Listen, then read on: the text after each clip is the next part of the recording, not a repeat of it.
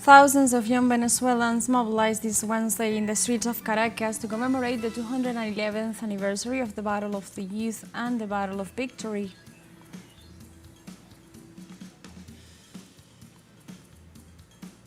Members of Panama's National Union of Workers of Construction denounced police brutality during protests to demand better working conditions.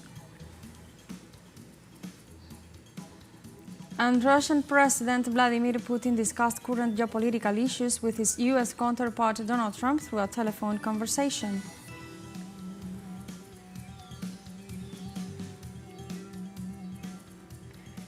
Hello and welcome to From the South. I'm Alejandra Garcia from TeleSUR Studios in Caracas, Venezuela.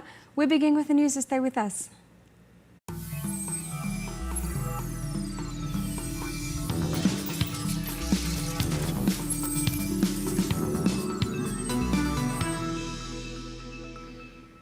Thousands of young Venezuelans mobilized this Wednesday in the street of Caracas to commemorate the 211th anniversary of the Battle of Youth and the Battle of Victory. Venezuelan youth arrived in Caracas from different states of the country to remember and praise the heroism of the patriots and young people who defended the nation against the Spanish colonialism. The march for this historic deed started at Plaza Venezuela and will travel through several points of the capital city until arriving at Universidad Avenue, where the central act will take place. The Battle of the Youth was a military confrontation where professors and students under the leadership of José Félix Rivas defeated the Spanish troops in the city of La Victoria, Aragua State.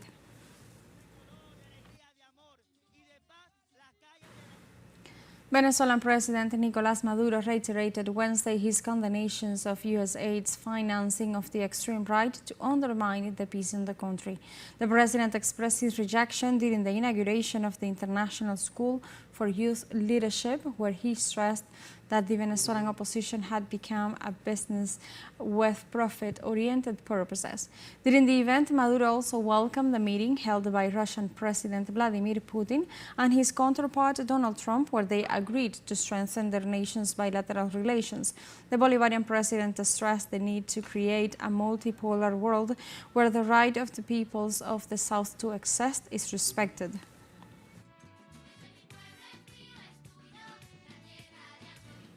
The President of Mexico, Claudia Sheinbaum, affirmed she will not allow interference in her country following the appointment of Terry Cole as the new director of the United States Drug Enforcement Administration, DEA. Sheinbaum also warned that both nations currently maintain cooperation agreements without meddling and without subordination. The DEA is one of the most U.S. controversial agencies in Mexico since the administration of former President Andrés Manuel López Obrador, due to meddling comments made by several of its officials on various issues, such as the reform of the judiciary.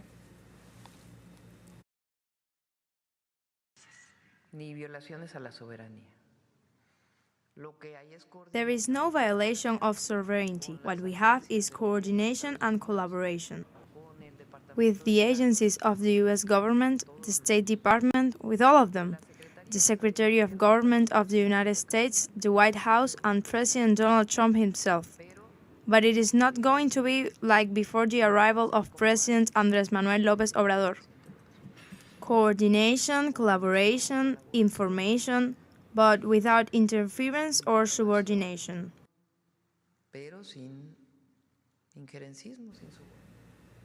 The U.S. news agency AP reported that one of its journalists was prevented from entering the White House for continuing to use the name Gulf of Mexico. Julie Pace, the executive director of AP, they detailed a communique issued by the executive office of the president in which they were told that if they did not align their editorial standards with the executive order of President Trump renaming the Gulf, the agency would be denied access to the Oval Office. AP finds it alarming that they are being punished for this decision, calling it a violation of the First Amendment. Civil rights organizations point out that denying access to the press for disagreeing with news coverage is a practice of repressive governments. Trump's administration imposes on Costa Rica, Guatemala, and Panama be a safe third country to receive migrants deported from the United States. The tour of U.S. Secretary Marco Rubio forced the administrations of Central American nations to harness hundreds of migrants as their bargaining chips. Panama and Costa Rica are currently trying to transfer migrants willing to return to their country of origin. However, they have not even defined the operation plan, not following suit of Venezuela, a nation that has made a solid repatriation operation for over 7 years. In the meantime, hundreds of migrants are suffering from degrading treatment.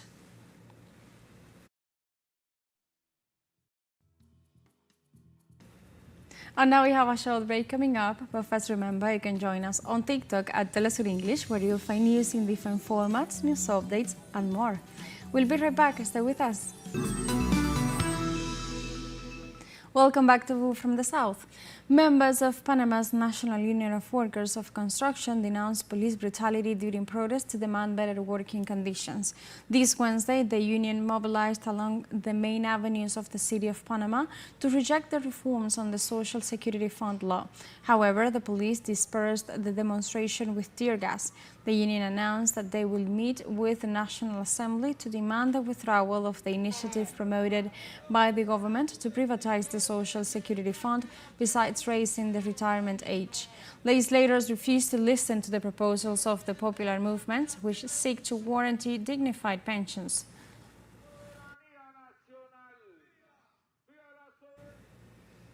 The Mexican Secretary of Foreign Affairs calls on the Ecuadorian government to guarantee the life and protection of the former Ecuadorian Vice President Jorge Glass.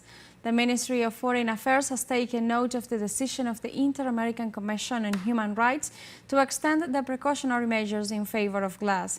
On the basis of international law, Mexico granted asylum to the former vice president, who was illegally and violently expelled from the diplomatic headquarters on April 5, 2024, by order of the President of Ecuador, Daniel Noboa.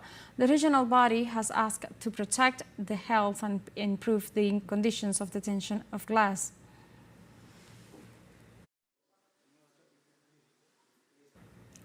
The Federation of Cuban Women has expanded the legal, judicial and social framework for the protection of girls, adolescents and women on the island through the support for the National Response to Gender-Based Violence project.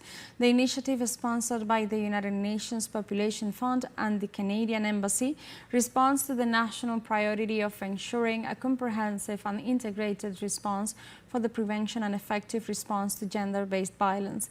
Osmaida Hernandez, member of the Federation Secretariat, points out that in Cuba, no woman is helpless, but this project will guarantee attention to more than 30,000 women in Cuba's 40 municipalities, at the same time ensuring more effective prevention and response to this type of violence.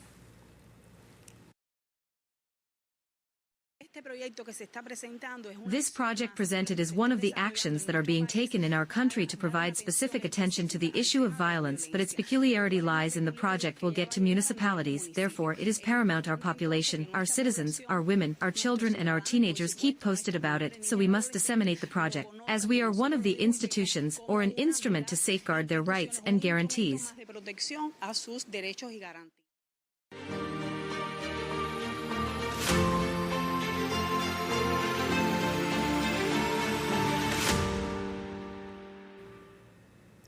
Russian President Vladimir Putin discussed current geopolitical issues with his U.S. counterpart Donald Trump through a telephone conversation. During the call, the Russian president invited Trump and officials of his government to visit his country to discuss issues of interest such as the conflict in Ukraine. In addition, both leaders addressed issues such as the situation in the Middle East, artificial intelligence, and the global energy and economic situation. After the dialogue, the heads of government expressed their commitment to the peaceful resolution of conflicts in the world and underlined the importance of eliminating the root causes of wars. Ukrainian President Volodymyr Zelensky made a desperate proposal to swap with Russia the already Russian territories.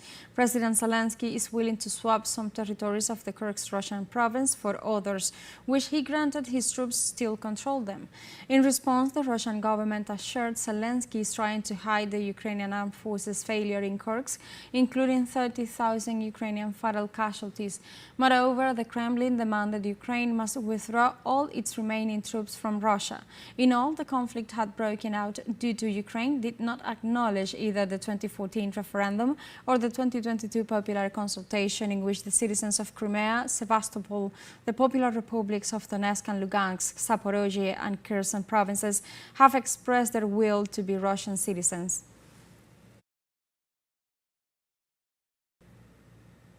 The Russian government expressed its concern about the ongoing armed conflicts in the African nation of Sudan. Russian Foreign Minister Sergei Lavrov reaffirmed his readiness to mediate for a peaceful solution to the hostilities during a meeting with his Sudanese counterpart Ali Yousuf al-Sharif. He also described it as a good opportunity to discuss issues of common interest in addition to bilateral cooperation. On the other hand, Lavrov proposed to evaluate the situation in order to establish an agenda that promotes a peaceful solution and dialogue.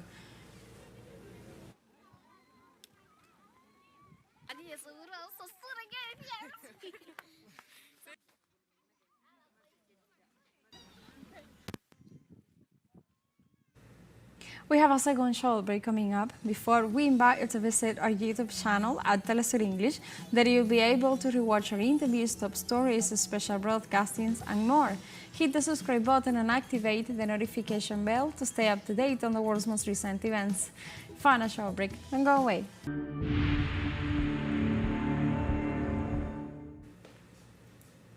Welcome back to From the South. In Lebanon, President Joseph Aoun rejected Wednesday any proposal that would lead to the displacement of Palestinians from their territories. The president reiterated Lebanon's unwavering support for the Beirut Arab Peace Initiative, which calls for the establishment of a Palestinian state with its Jerusalem as the capital. The Lebanese head of state reaffirmed the country's stance against any action that violates the rights of Palestinians as enshrined in United Nations resolutions. Aoun also urged the European Union to exert pressure on Israel to meet the February 18th deadline for its withdrawal from the southern Lebanon.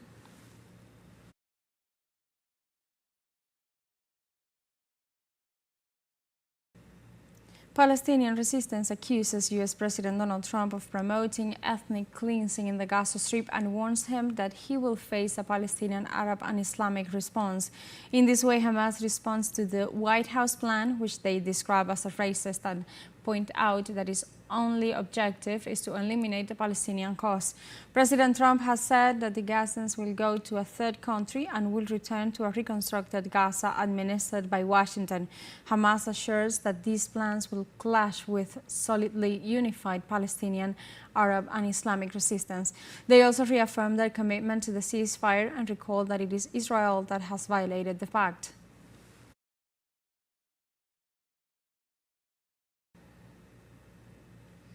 On Tuesday, medical sources confirmed that the death toll in the Gaza Strip rose to 48,222, the majority of whom are children and women. Health authorities denounced that despite a ceasefire, Israel continues its massacres against Gaza. The same sources added that the number of injured people surged to 111,674 since the start of the aggression back in October 2023. Authorities warned that the figures are much higher since many victims are still under the rubble, and ambulance and civil defense crews cannot reach them due to the Israeli siege.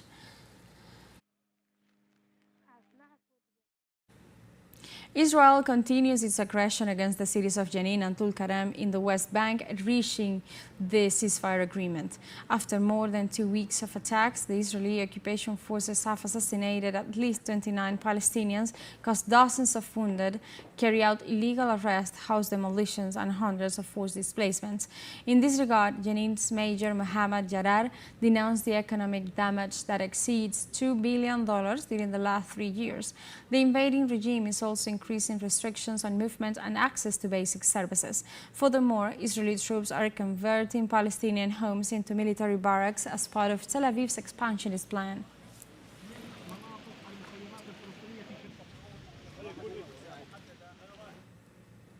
In Ethiopia, the 46th Ordinary Session of the Executive Council of the African Union opens Wednesday, which is aimed at addressing the achievements of Africa. The session's agenda covers issues related to African collective action and the analysis of annual reports of the African Union and its various bodies. In addition, 6 commissioners will be elected to the AU Commission to oversee areas such as agriculture, economic development, trade, among others. The legal framework for Africa Free Trade Area will be finalized and the status of the African disaster preparedness and response mechanisms will be adopted.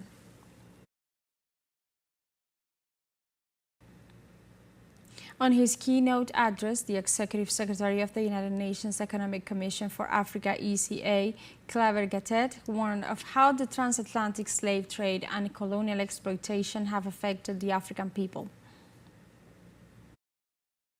Excellencies, distinguished delegates, we cannot contest the fact that the transatlantic slave trade and colonial exploitation robbed Africa of its people, resources, and dignity, and left behind inequalities that persist in global financial systems, trade structures, and governance institutions till this day. The extraction of Africa's resources without corresponding development, the undervaluation of the African economies in global credit assessments, and the systemic barriers to trade and investment.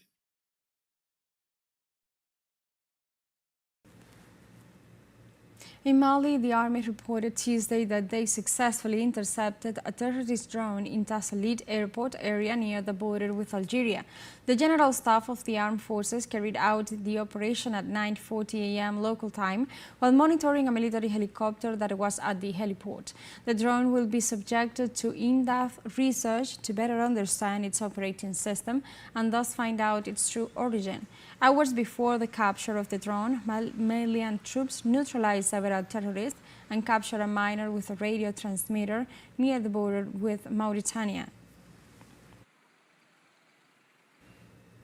India Energy Week 2025 moves forward in New Delhi to discuss the transition to a sustainable future. The Energy Summit, which runs until February 14th, counts with the presence of at least 70,000 professionals in the sector and more than 700 global speakers who promote projects to boost the energy sector. Within the framework of this event, Venezuelan Vice President TeleSUR Rodriguez held a meeting with India's Minister of Petroleum, Hardeep Singh, and other members of the executive with the purpose of strengthening cooperation ties and establishing strategic projects for social development between both countries.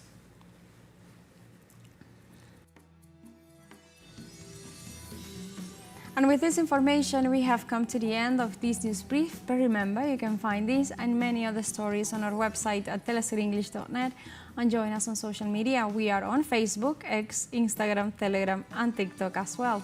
For TeleSUR English, I'm Alejandra Garcia. Thank you for watching.